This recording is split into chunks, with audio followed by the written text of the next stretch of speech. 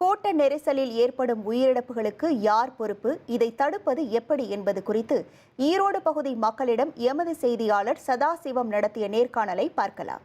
கூட்ட நெரிசல்ல உயிரிழப்பு தடுக்கிறதுக்கு என்ன பண்ணணும்? இதுக்கு யார் காரணம்? அதுக்கு சேஃப்டியாக போகிறது தான் காரணம். சேஃப்டியாக போகணும். அது போலீஸும் பாதுகாப்பு கொடுக்கணும். அதே மாதிரி நடத்துகிறவங்களும் பாதுகாப்பு பண்ணணும். லைன் ஃபார்ம் பண்ணி போகலாம். அது அவங்க பார்த்து லைன் பண்ணி போகலாம். இல்லைன்னா நெரிசல் ஏற்பட்டு பொறுத்தாகும். திறந்த வெளியில் இருக்கணும். சிறு வழியாக இருந்து அப்புறம் மக்கள் தள்ளிட்டு போய் பண்ண தான் செய்யும், ஊற்ற செய்யும். நார்மலாக அவங்களுக்கு பீப்புள்ஸ்க்கு ஃபர்ஸ்ட் ஆஃப் ஆல் ரொம்ப கான்ஷியஸாக இருக்கணும். அவ்வளோ கூட்டத்தில் நம்ம போகக்கூடாது அப்படின்ற மாதிரி அவங்களுக்கு செல்ஃப் கான்ஷியஸ்னஸ் இருக்கணும்.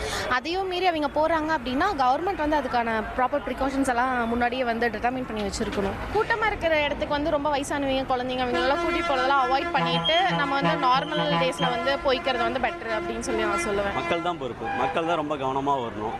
கூட்டம் இருக்கிறப்ப நம்ம உடம்பு எப்படி முடியுதோ அதுக்கு தகுந்த மாதிரி இந்த இடத்துக்கு போகணும். கூட்டம் இருக்கிற பக்கம் நம்ம அதிகமாக போகக்கூடாது. நம்மளுக்கு உடம்பு முடியல, வயசானவங்க, குழந்தைங்கன்னா நம்ம எப்படி சேஃப்டியாக இருக்கணுமோ அந்த இடத்துல நம்ம இருந்துக்கணும். 1000 பேருக்கு தேவை 5000 பேர் கூட முடியாது தானே, அது தப்பு தானே. அது மக்களும் புரிஞ்சுக்கணும்.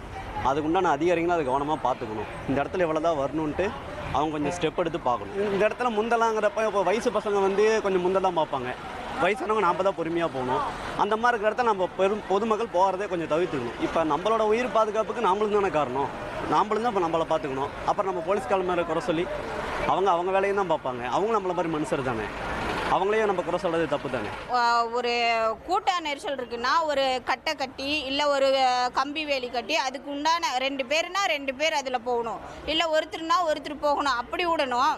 நீங்கள் எல்லாமே ஒட்டுக்கா விட்டீங்கன்னா அப்போ நான் முன்னாடி போகிறேன், நீ பின்னாடி போகிறேன்னு சொல்லி எல்லாம் நெருக்கிட்டு தானே போவாங்க. கூட்ட நெரிசலில் ஏற்படும் உயிரிழப்புகளை தடுப்பது எப்படி என்பது குறித்து ஈரோடு பகுதி மக்கள் தெரிவித்த கருத்துக்களை பார்த்தோம்.